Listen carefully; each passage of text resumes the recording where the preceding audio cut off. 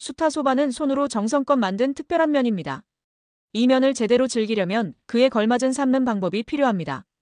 흔히 자루라고 불리는 소쿠리에 담겨 나오는 차가운 메밀면을 일컫는 자루소바는 그 신선한 맛과 향이 생명입니다. 이 글에서는 수타소바 면의 굵기에 따른 적절한 조리법과 함께 전문 식당처럼 단계적으로 면을 즐기는 꿀팁을 소개해드리겠습니다. 수타소바 장인들은 흔히 메밀가루는 살아있다라고 표현합니다. 이는 메밀이 시시각각 변하는 예민한 식재료이기 때문입니다. 소바의 주재료인 메밀가루는 매우 세심한 관리가 필요하며 열에 극도로 민감합니다. 분말이 미세할수록 더욱 그런데 따뜻한 손으로 섞고 반죽하며 면을 자르는 과정에서 스트레스를 받으면 미세한 변화를 일으키기 쉬운 상태가 됩니다. 실내의 냄새나 습도 등의 스트레스를 받은 반죽은 그 안에서 많은 변화를 일으킵니다.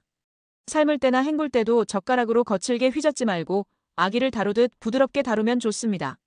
수타소바는 미리 숙성 과정을 거치지 않고 자른 후 바로 삶는 것이 일반적입니다.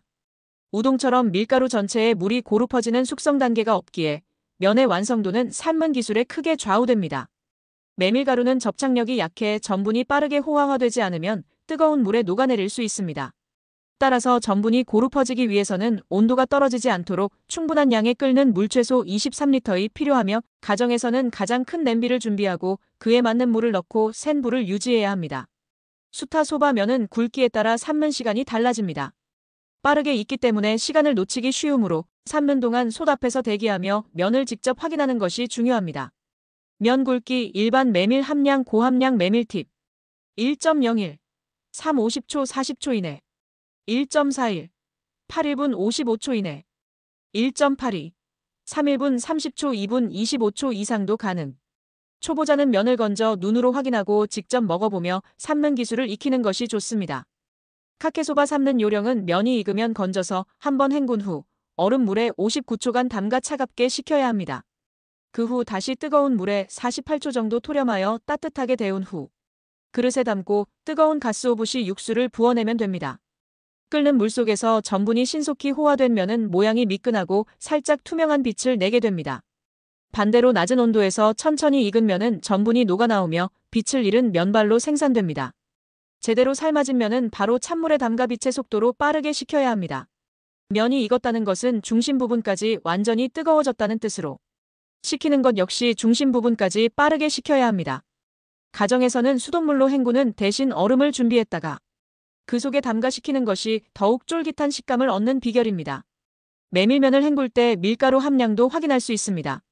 메밀가루 함량이 높으면 끈적임이 덜하고 밀가루 함량이 높을수록 수분 흡수가 빨라 끈적끈적해지는 경향이 강합니다. 소바 전문 식당의 경우 강한 화력과 더불어 삶는 면보다 월등히 큰 냄비, 그리고 뜨거운 면을 빠르게 식힐 수 있는 강한 수압의 물이 중요합니다. 가정에서는 얼음물을 충분히 준비하는 것이 최선입니다. 생메밀면 삶는 법 1인분 150지 기준. 끓는 물에 면을 부드럽게 넣고 젓가락으로 바닥을 긁는 느낌으로 면 자체를 건드리지 말고 풀어줍니다. 면이 물 위에 계속 떠 있다면 젓가락으로 위치를 바꿔주세요.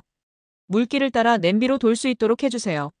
삶는 시간은 50초 1분 30초 굵기 및 메밀 함량에 따라 조절.